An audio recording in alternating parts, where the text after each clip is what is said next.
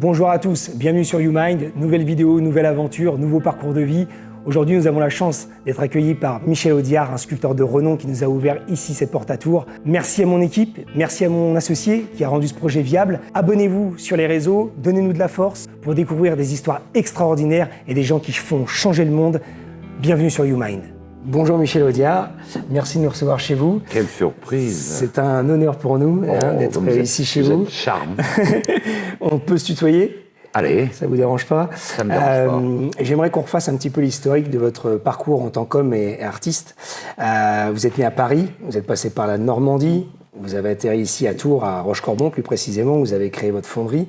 J'aimerais que vous me racontiez un petit peu qu'est-ce qui vous a amené à devenir sculpteur et à partir de votre enfance. C'est les hasards de la vie qui font que j'étais issu d'une famille bourgeoise parisienne et qu'un jour, je ne m'entendant pas avec mon père, un des deux était trop à la maison, vu qu'il était chez lui, j'ai été obligé de partir. Donc moi, je me suis retrouvé en 67 sur les trottoirs parisiens, je savais pas où dormir, je savais pas quoi foutre, et j'avais un petit coup de crayon pour faire des caricatures, et avec un de mes potes, on est parti à faire des caricatures, et puis c'était Paris la nuit, c'était Montparnasse, c'était...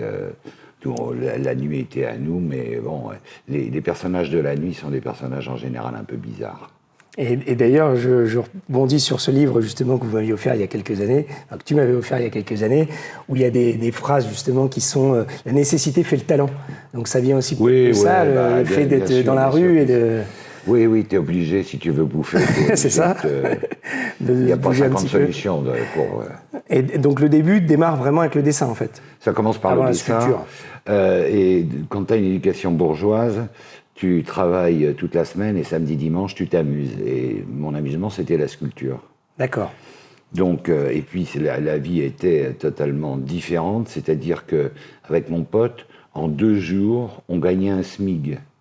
Ouais. Donc, t'es pas enclin le lendemain à aller chercher un boulot de distributeur de prospectus où il faut commencer à 7 heures, vu que tu t'es endormi à 4 ou 5 heures. Donc voilà, donc la vie, elle part comme ça. Et puis après, le dessin, j'étais comme un premier de la classe, c'est-à-dire c'était très ressemblant, mais il n'y avait pas d'étincelle. Par contre, dans la sculpture, je m'amusais et je trouvais que ça me convenait mieux. Donc, à un moment, tu arrêtes le dessin qui te fait bouffer et tu fais la sculpture. Et là, les emmerdes commencent. Et c'est ce que tu dis d'ailleurs dans le livre, les emmerdes commencent en effet.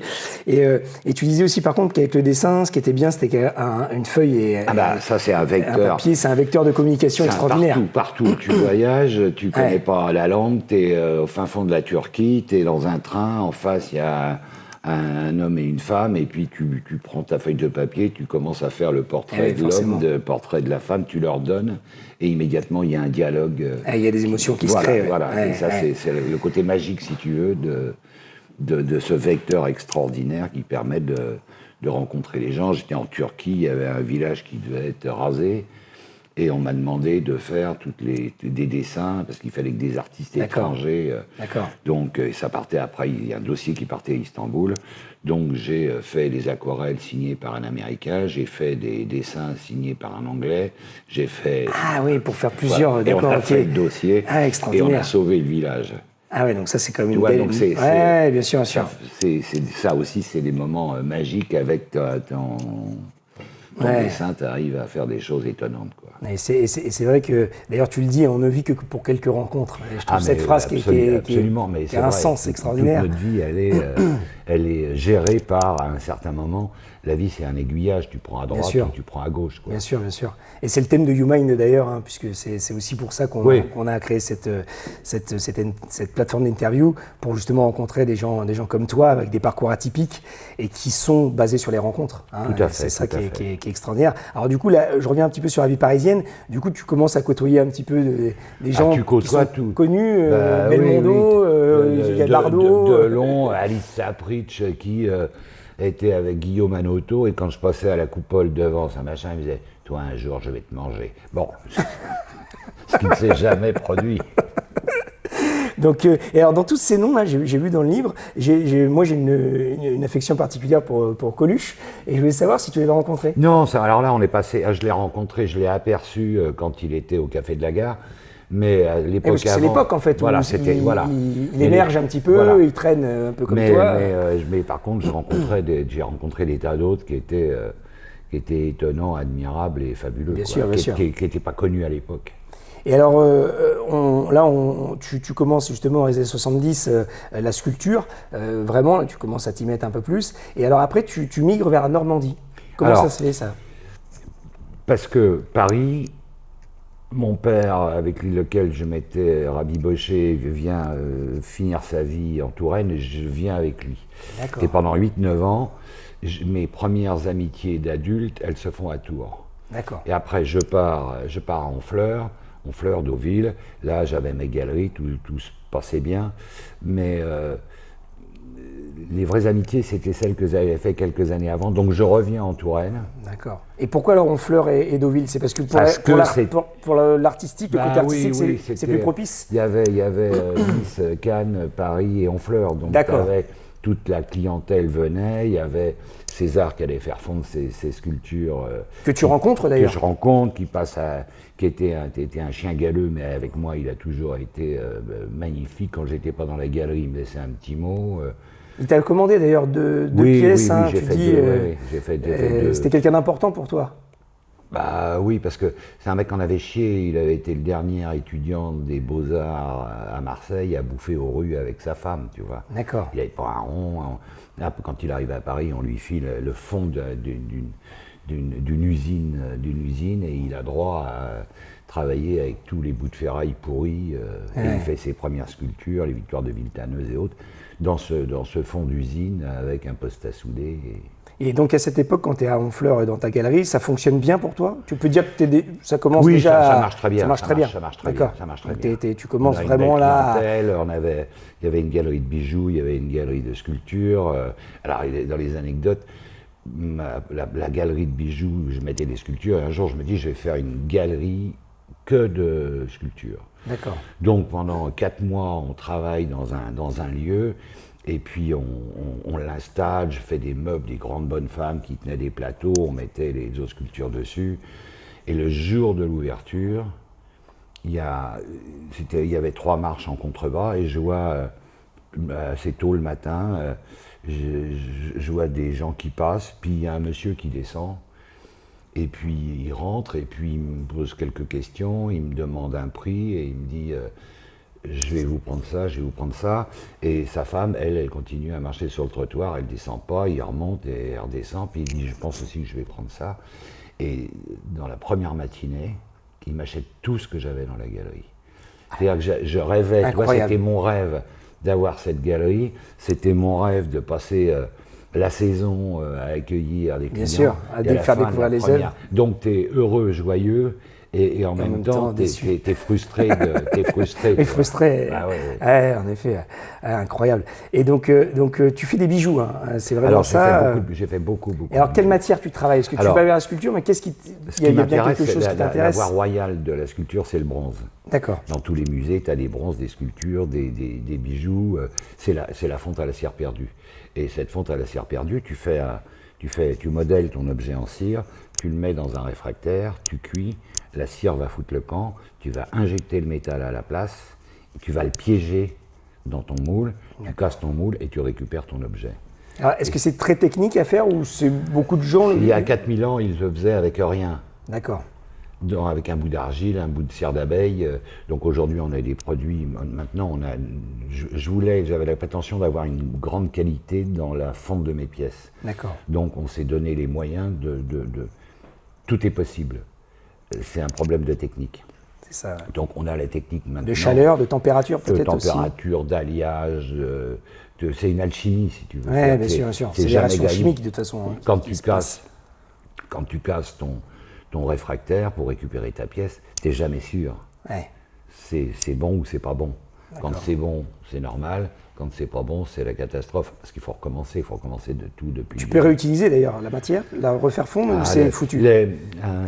Une cire qui est chauffée, elle perd de son élasticité. Un bronze qui est chauffé, et il va perdre aussi des choses. Ok. Du coup, ça tu l'utilises, et alors chose extraordinaire, tu te mets, d'ailleurs l'histoire de Tours, ça me fait penser à ça tout à l'heure quand tu disais tu attends un ami pour bondir sur les stylos et tu achètes des stylos en fait. On parlait des rencontres, mais il y a aussi des rencontres qui sont pas là, qui te font... Et j'étais dans Tours, je venais de Normandie, et puis j'avais rendez-vous avec un ou deux potes pour casser la croûte, et pour une fois j'étais en avance, et puis il y avait à côté du restaurant, il y avait une boutique qui vendait des stylos. Alors bien sûr, je regarde, et puis je me dis, tiens, je vais m'acheter un stylo. Et en fait, rien ne m'a plu. Et je me suis dit, mais pourquoi pas faire des stylos en bronze? On a la technologie, on a le machin, pourquoi ne pas jouer à ça? Donc j'en ai acheté une douzaine, je les ai customisés, j'avais une expo à Zurich.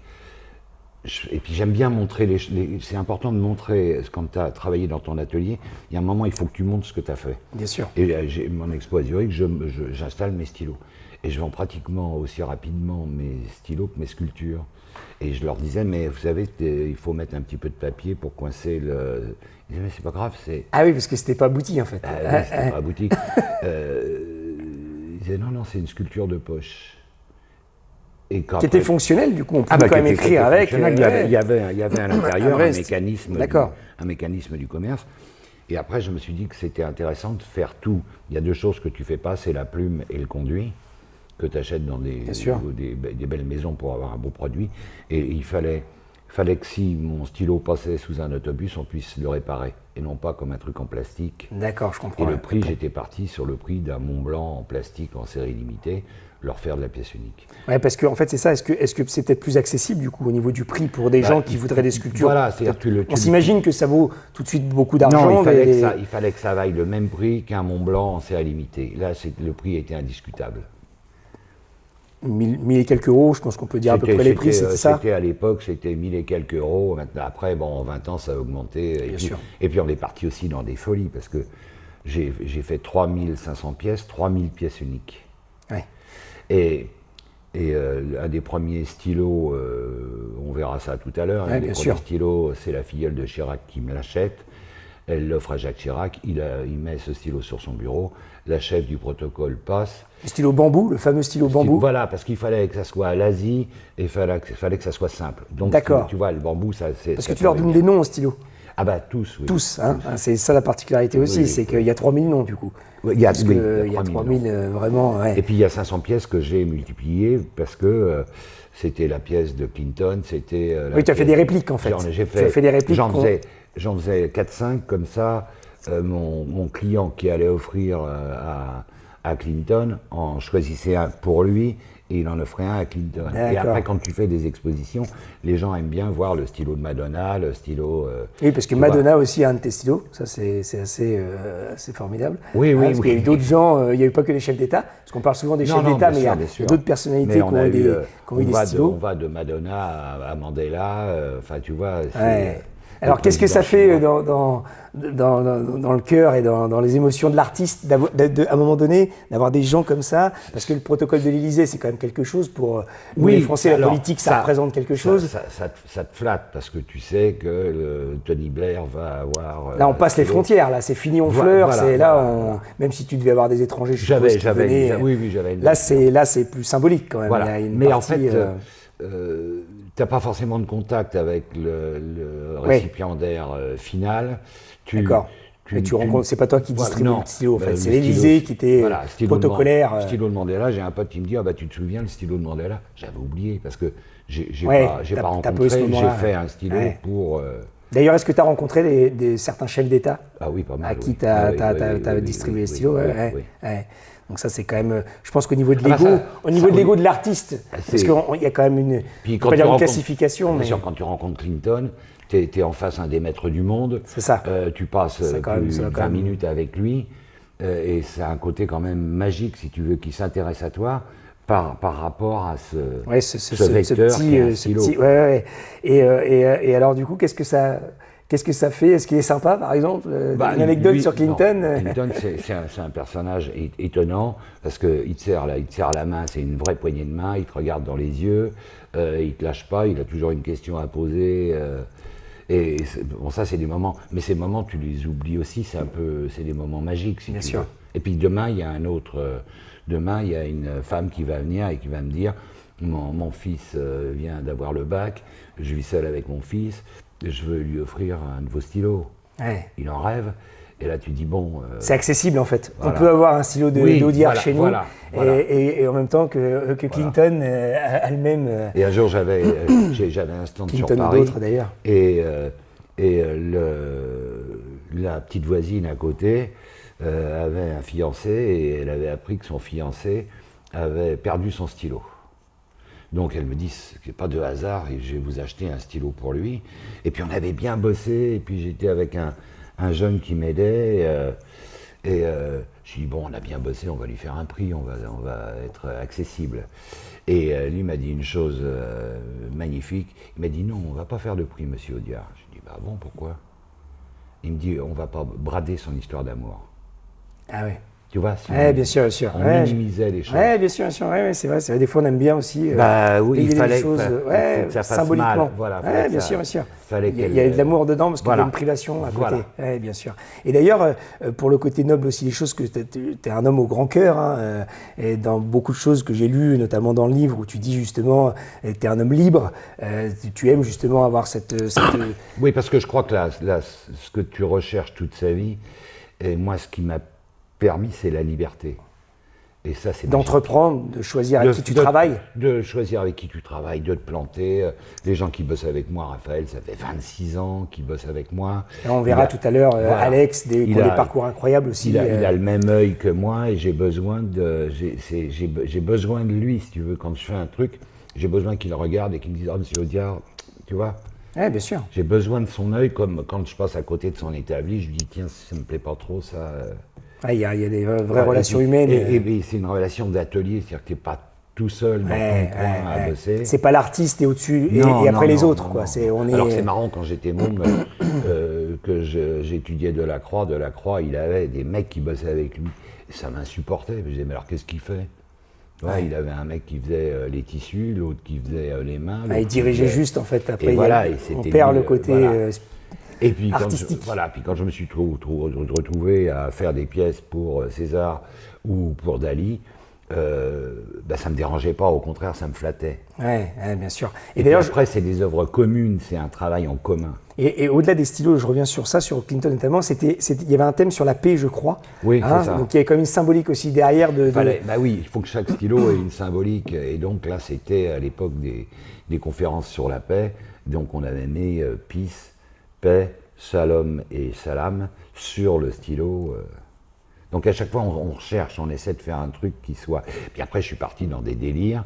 C'est que j'ai mon pote Louis Carion, le roi des météorites, m'a dit « Mais pourquoi tu mets pas des météorites et si tu as lu Le Petit Prince, que tu as un morceau de météorite sur ton stylo, c'est gagné, ça te fait rêver. » Et puis on est parti sur l'ivoire de mammouth, et puis on est parti sur des tas de matériaux qui étaient magiques pour moi et qui sont aussi magiques pour tes collectionneurs. Et alors d'ailleurs là, on fait un parallèle par rapport à ton histoire justement dans géographique, où donc tu dis que les premières rencontres d'adultes sont à Tours. Oui. Donc qu'est-ce qui te fait quitter Honfleur pour revenir justement ici, créer cette fonderie? J'avais une jolie maison, j'avais un manoir, et puis mon atelier, il était là. Et puis il y avait 70 mètres. Alors, c'est pas grave, mais comme moi, je surveillais, quand je faisais une coulée, je surveillais 3-4 fois. Donc c'était un atelier où il y avait déjà une fonderie? Il y avait déjà ma fonderie. D'accord. J'avais la partie atelier, création qui était là, et j'avais la partie fonderie qui était en extérieur. Okay. Il y avait 70 mètres. Mais 70 mètres à 3 h du matin, quand il y a un petit crachin, que tu sors d'un lit douillet, que tu fasses comme un atelier, que là, ton brûleur à fioul s'est éteint, que tu es obligé de le démonter, souffler dans le chicleur pour remonter tout ça et que tu remontes. Ça, c'est artisanal. Voilà. Donc, tu t'es dit un peu plus de confort. La pluie, à un certain moment, c'était... Tu sais, quand tu vas en Normandie, c'est magnifique, c'est vert. Bien sûr. Il y a une raison aussi bien sûr. C'est vert. Et alors, tu prends la décision de revenir... Et donc, je reviens, je retrouve mes potes, et puis je me dis que la Touraine, c'est quand même un endroit magique où habiter et surtout vivre, parce que la vie, elle coule à la vitesse de la Loire. Oui, c'est vrai. Et alors, je reviens sur ça, mais tu nous parlais de ton papa tout à l'heure. Donc du coup, tu renoues quand même des liens avec ton Je père. renoue, mais on se refâche assez rapidement. Ouais. C'était un sale con. Bon. Et en tous les cas, il t'a fait peut-être aimer la Touraine, ou découvrir la Touraine. Oui, oui.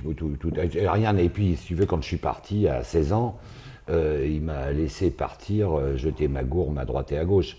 Tu vois, 18 ans, il m'a fait émanciper parce que j'avais fait 2-3 conneries.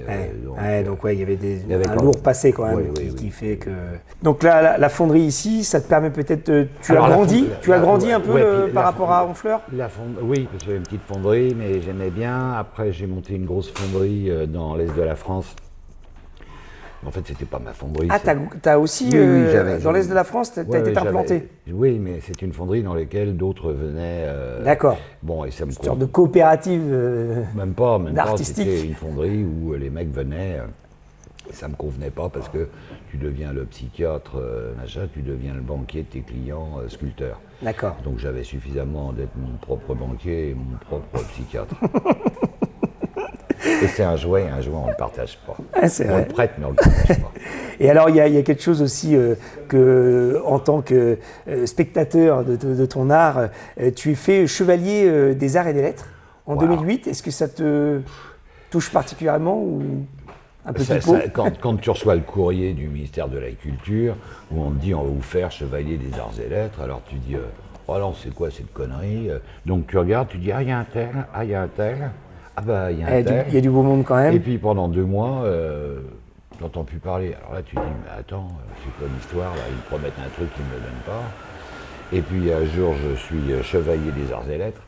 Et donc, je montre à Raphaël, je lui dis, regarde, chevalier des arts et lettres. Et lui, il me dit, bah, il a vieilli, hein, le jeune anarchiste. Oui, c'est vrai, parce que là, on est sur de l'officiel. On est sur de l'officiel. Donc c'est là que c'est incroyable. Et donc après toutes ces péripéties et toute cette histoire, tu as une histoire particulière avec le général de Gaulle. Parce que Philippe J'aimerais que tu nous en parles, justement. Boyan, le maire de Saint-Cyr, me commande un de Gaulle pour mettre à Saint-Cyr. Et donc je pars sur cette histoire de faire un de Gaulle de 2,40 m. Ce qui m'intéressait, moi, c'était pas l'image du militaire, c'était l'image de Gaulle à la fin de sa vie. Il est en Irlande, il se promène avec sa femme, tante Yvonne, et puis ils sont seuls sur la grève. C'est l'endroit de ses origines, et c'est la fin de sa vie. Là aussi, c'est un des maîtres du monde qui est complètement à l'écart. Oui, qui a été un acteur, en Voilà. effet. Et puis il va écrire ses l'histoire de mémoires, France. ses dernières lignes sur sa vie. Donc je trouvais que cette image, elle était forte et romantique. Et donc là, tu te mets, t'en fais plusieurs, parce que tu te Alors, rapproches de la fondation. J'avais besoin de faire des De Gaulle de la même petit comme ma maquette en résine pour que ça soit offert aux gens qui avaient participé au Grand Bronze. Donc j'en fais plusieurs. Et puis sur nos résines, pour savoir si la pièce est bonne en surface, on met un coup de peinture, du bleu, du vert, du rouge, du jaune. Donc on sort nos pièces et puis j'arrive dans la fonderie et je regarde et je dis bah attendez les petits gars, c'est pas dans l'ordre. L'ordre c'est bleu, blanc et rouge.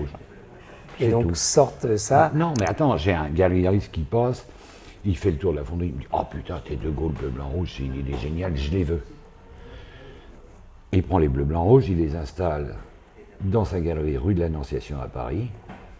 Il y a une voiture qui s'arrête, il y a un chauffeur qui descend, qui rentre dans la galerie, qui dit voilà, est-ce qu'on pourrait prendre les 3 De Gaulle bleu, blanc, rouge, vous venez avec nous. Mon patron voudrait vous emmener quelque part. Et l'autre, tu dis, bah pourquoi pas. Ils montent dans la voiture avec les 3 De Gaulle, ils arrivent à la Fondation Charles de Gaulle, et là, le patron de la Fondation dit, mais c'est ce qui nous manquait, on n'a que des images en noir et blanc de l'INA, donc là, on a quelque chose de contemporain et avec une force. Bien sûr. Et là, donc là aussi, ça t'embarque à trouver, à exposer dans les Invalides.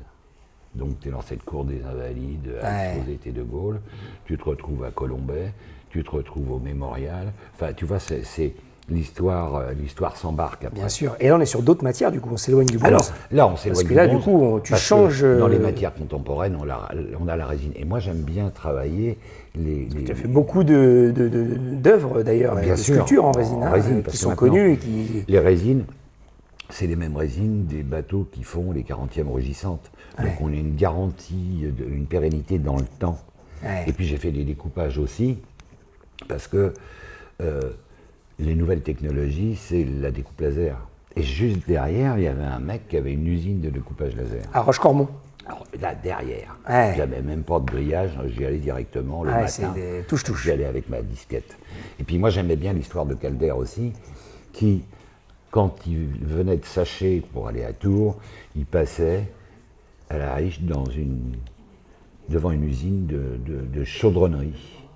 Et puis un jour, il s'arrête, il va voir le patron, le chef d'atelier, et toutes les grandes sculptures de Calder qui sont dans le monde entier ont pratiquement toutes été faites là.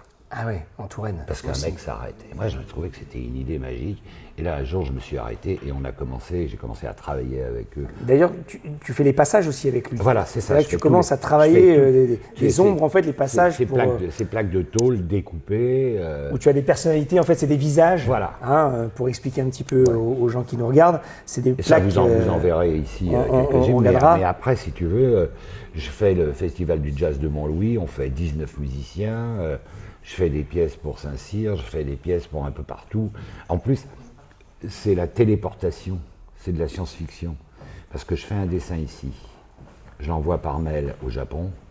D'accord. Ils ont les mêmes machines puisque ce sont nous qui leur achetons. D'accord. Et là-bas, à l'autre bout du monde, ils découpent la pièce. D'accord. Tu vois, Donc il y a une vraie histoire. Ouais. Une vraie histoire. Ouais. Il n'y a plus de frontières sur Bien ces sûr. plaques, il n'y a plus de frontières. Et alors, ce que j'aime beaucoup aussi, c'est que autant la sculpture, on peut la toucher et elle est j'ai envie de dire, reproduite à l'identique de ce qu'on pourrait voir, comme notamment De Gaulle, un personnage vraiment d'ailleurs en taille réelle, hein, Oui, fait en taille réelle. Là, on a l'ombre et la lumière. Donc, c'est-à-dire qu'en fonction du temps et en fonction de comment on regarde. Parce que quand moi je travaille sur mon ordinateur, mes dessins, c'est 2 dimensions. Ouais. D'accord. Alors, Tout est en 2D en fait. Voilà, c'est en 2D. D'accord. Mais d'un seul coup, quand la plaque est faite, il y a ce passage à travers qui nous donne une 3e dimension. D'accord. Et quand tu te déplaces, le fond derrière dans les trous se déplace aussi. Donc on a cette 3e dimension en ayant des choses plates. Ouais. D'ailleurs, tu fais les animaux musiciens. Oui, alors de ça, Pascal aussi, Nègre. ça fait partie des belles rencontres. Pascal Nègre, qui est directeur d'Universal Monde, qui a une maison en Touraine. Qui a une propriété en Touraine, qui est un mec, qui est un génie. Parce que il est avec Rod Stewart et avec un de mes gars en bas, il est pareil. Ouais. Tu vois, Ouais, d'accord. Ces mecs-là, ils ont des dons, c'est-à-dire qu'il y a... Une simplicité en fait qui te touche aussi parce que toi tu es quelqu'un d'accessible et tu nous reçois ici comme tu reçois, voilà. Comme tu disais hier, le chef du Georges V. Mais de la même façon, Pascal Nègre, il était génial parce que j'avais un petit gars qui s'appelait Gilles, qui avait toujours un blouson de cuir, des bottes machin, et le Pascal Nègre, il arrive, alors l'autre lui dit « Ah, bonjour monsieur Nègre, comment ça va ?»« Ben, et toi Gilou, comment ça va ?» Et puis l'autre il se retourne, Pascal Nègre lui saute sur le dos et il avait... des bottes de moto et un nègre sur le dos. Je dis bon. Ouais, simple, efficace. Simple, naturel. Efficace. Ouais. Et donc lui voulait un portail pour sa propriété dans lequel toutes les stars du monde viennent le voir. Et on est parti sur les animaux qui sont derrière le mur. Et puis la propriété a toujours été allouée à la musique. Quand Richter venait ici, le piano, il allait répéter sur le piano. Ça a été les éditions Van Velde. Et lui, il était aussi dans la musique. Donc on est parti sur les musiciens. Les animaux musiciens. Il y en a combien d'ailleurs? Alors, j'ai dit combien j'en fais? Il me dit, je suis né en 61. D'accord. Donc l'anecdote, c'est... Heureusement que c'était pas 1961. Et donc j'avais un an pour faire ça. Et en une année, tu arrives à la créa, parce qu'il faut aussi, voilà. C'est bien beau de dire les animaux musiciens, mais sûr. Chaque animal a son... Il fallait que chaque animal... Donc on a fait son cheval, son chien, le ver de terre, l'escargot, et après on a installé ça devant son portail. C'est là aussi où le mec est complètement magique, c'est-à-dire qu'au lieu de mettre ça derrière son mur et d'avoir ça pour lui, il partage avec le commun des mortels et tous les gens qui passent avec la surprise, la gratuité du geste. Ça devient un musée à ciel ouvert, voilà. Comme on peut le voir notamment dans des villes comme Rome ou des choses comme ça où il y a vraiment tu passes devant un endroit, tu es surpris. C'est extraordinaire avec les œuvres de partout.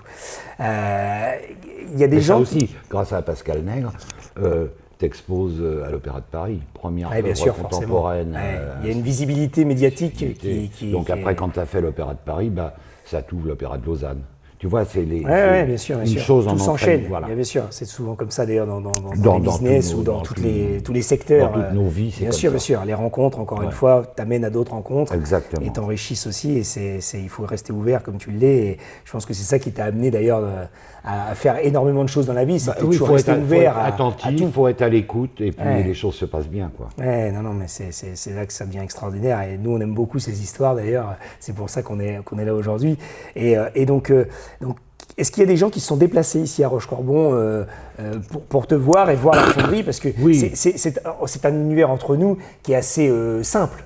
C'est-à-dire qu'on ira tout à l'heure, mais il n'y a pas de chichi dans ton atelier. Et puis en plus, ici, les pièces sont les pièces finies. On les monte ici pour les protéger de la poussière, parce qu'en bas, c'est le monde du travail, des essais, de la poussière. Donc là, c'est le musée, en fait. On est alors. Non, c'est pas un musée, c'est un showroom.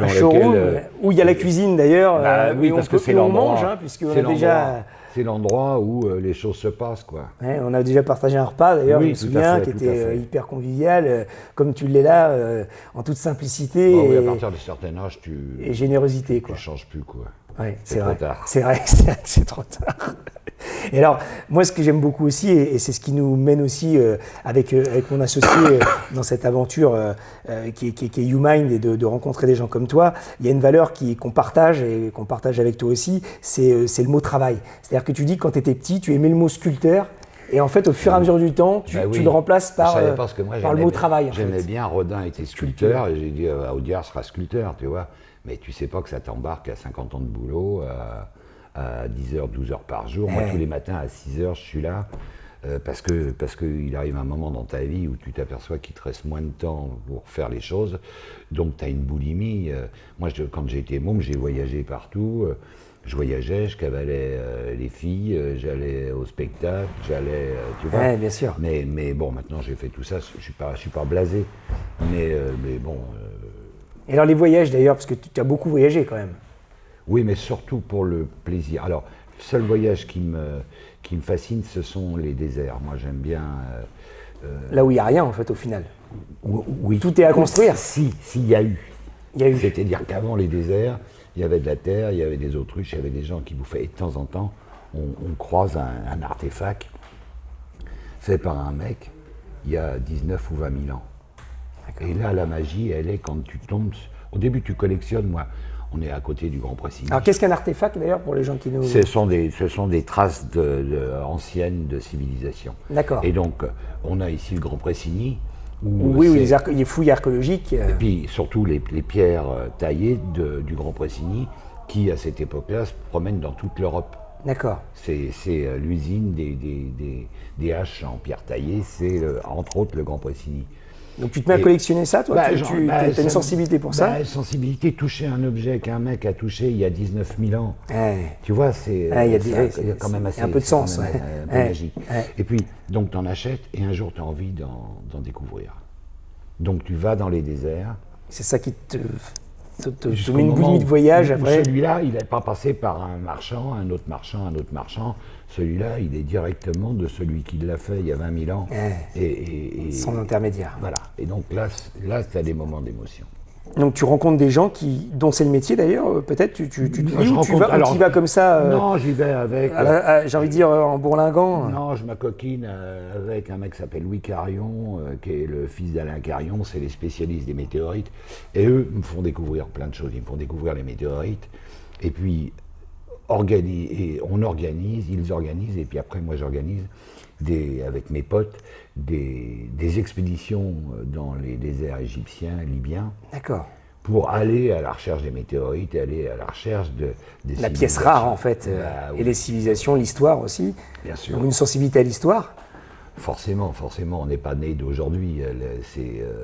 C'est tous ceux qui sont passés avant qui nous conditionnent. Bien sûr. D'ailleurs, le bronze, comme tu dis, ça peut avoir 4000 ans. 4000 ans d'existence, on n'a rien inventé. Mais un jour, il y a un mec qui a inventé. Et un jour, il y a un mec qui a fait un objet en cire, qui l'a mis dans un réfractaire, qui a cuit, il a disparu, et là, il a coulé son métal liquide, il s'est piégé dans pour reproduire. Ah, d'accord. Et après, il a cassé, et après, il l'a travaillé. D'accord. Et toi, c'est ce que tu préfères le plus aujourd'hui, là, à ton âge, maintenant, en ayant fait tout ce que tu as fait, les stylos, le coup de crayon, est-ce que tu t'es remis à dessiner, tiens, par exemple? Alors, je dis toujours en vieillissant, est-ce que tu dessines si on te demande un dessin? Je dis toujours non, ce qui est une connerie, parce que des portraits, j'en ai fait plus de 1000. Et les portraits, c'est du dessin.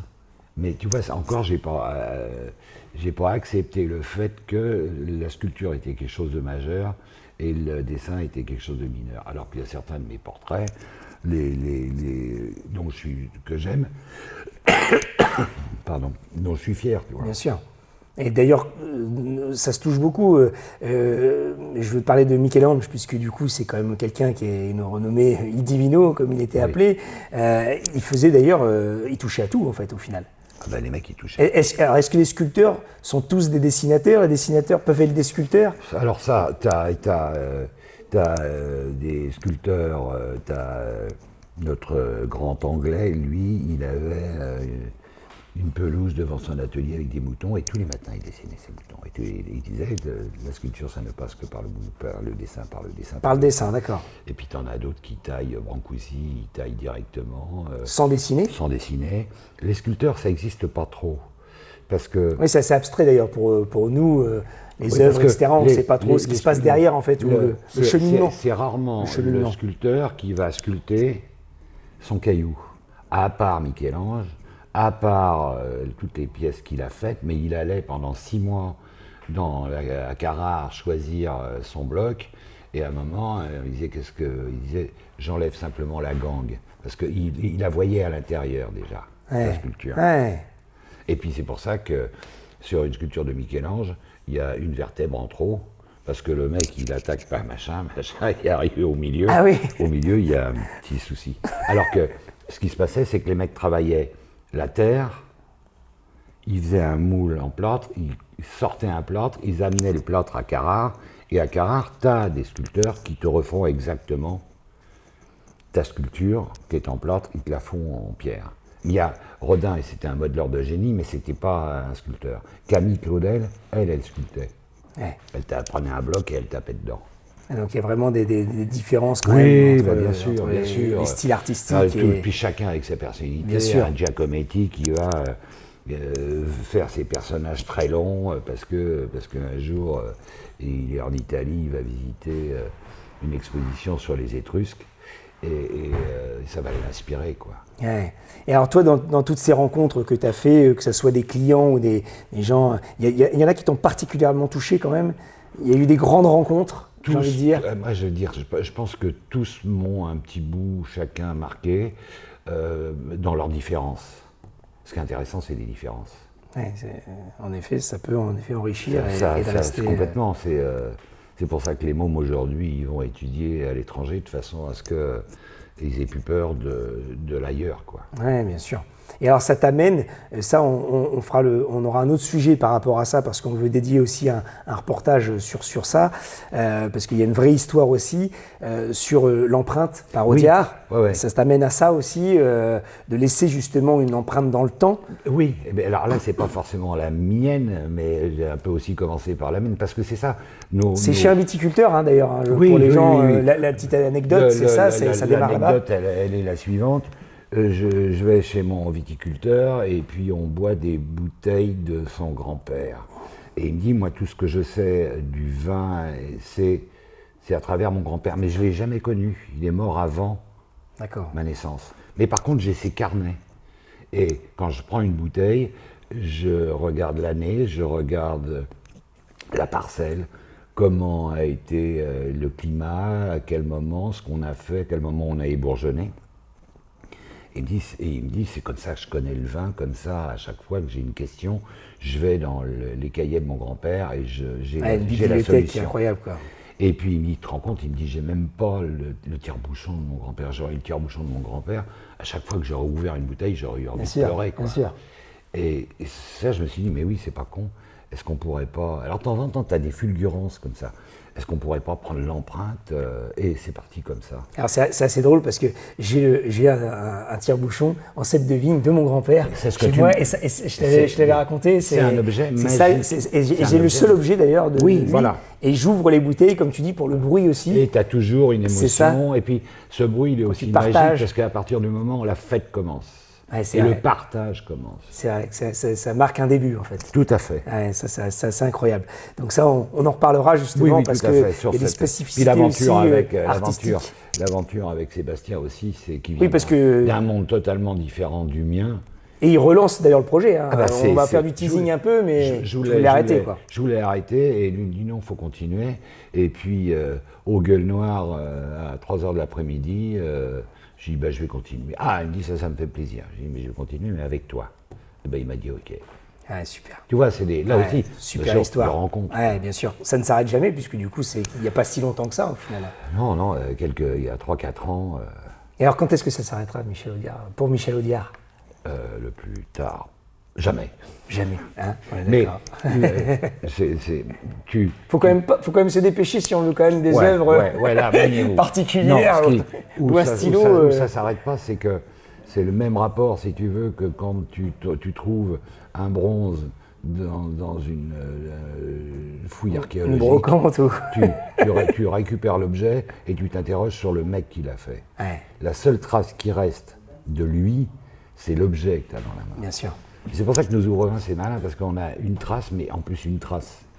Et que quand on les fait en bronze, le mec met sa propre empreinte dessus. Ah, tu mets la main dans la main, en fait. Voilà, la main dans comme la si main. tu serrais. Et si tu as la main dans la... oui. On voit quand les mecs viennent chercher une pièce, les mômes, ils ont des petites paluches comme ça, et il faut qu'ils prennent l'objet, tu vois. Sachant qu'en vieillissant, en plus, dans la génétique, tu peux avoir quasiment la même main, ou du moins, ça pourrait ressembler. Tu vas avoir, et puis tu as... Il y a un côté émotionnel quand même de transmission, et puis à chaque fois que tu ouvres le partage, le bonheur, nous dans les hommes, on n'a pas beaucoup d'objets de transmission. Les femmes ont les bijoux. Ouais. Elles font démonter les pierres et les font remonter sur autre chose. C'est vrai. Elles transforment une broche en une bague. Ouais, alors que nous, les mecs, c'est quoi? C'était la montre. Mais la montre maintenant, c'est un objet. On a tous nos téléphones qui sont précis. Tu n'as jamais été d'ailleurs sur ce côté-là des montres? Si, j'en avais fait. Ah si? J'avais fait une montre avec des nanas tout autour, et c'était sur le boîtier, et c'était les heures étaient des femmes. Et j'avais fait un autre boîtier de montre intéressant, c'est-à-dire que j'avais récupéré dans le désert égyptien, j'avais récupéré la fulgurite. La fulgurite, de temps en temps dans le désert, il y a un éclair qui vient taper le sable. D'accord. Et ça vitrifie 40 000 degrés, ça vitrifie un tuyau. D'accord. De verre, c'est le sable qui est vitrifié. Et donc ça, il faut 30 à 42 nanosecondes pour faire ces tuyaux. Donc on est dans d'une fragilité... Le temps, oui, qui est magique par le temps qu'il a fallu pour le faire, 32 à 42 nanosecondes. Ouais, donc tu avais le temps le plus petit que tu pouvais, tangible, avoir dans ta main. En connotation avec le temps de la montre. Et de l'autre côté, j'avais une météorite de Allende qui, elle, a 4,57 milliards d'années, la formation de nos univers, plus 200 millions. Donc le plus petit au quasiment plus long. Et quand le mec te disait « Monsieur Audiard, vous êtes en retard », tu disais « Oui ». Le quart d'heure Tourangeau, le fameux quart d'heure Tourangeau. Mais là, par rapport à 4,52 milliards d'années, ça va. Mais c'était beaucoup par rapport à 32 à 42 nanosecondes. C'est vrai. Donc c'est des objets de réflexion, quoi. Très bien. Est-ce qu'il y a des très belles montres en bronze, c'est pour ça que ça va mener là-dessus. Et aujourd'hui, c'est encore travaillé. D'ailleurs, ça reprend même peut-être ses valeurs de noblesse. Dans la montre, ce qui l'intéresse, c'est le mécanisme. Pas la technicité, c'est ça, pas forcément la matière. Les mecs qui, encore aujourd'hui, arrivent à inventer des doubles machins. Automatiques, c'est vrai qu'il y a beaucoup de mécanismes comme ça, suisses, japonais, et qui arrivent aujourd'hui. Ok, très bien. Écoute, merci en tous les cas pour cette introspection et de nous avoir reçus. Merci ici. À vous. Maintenant, je vais prendre un café. Allez, volontiers. Partageons.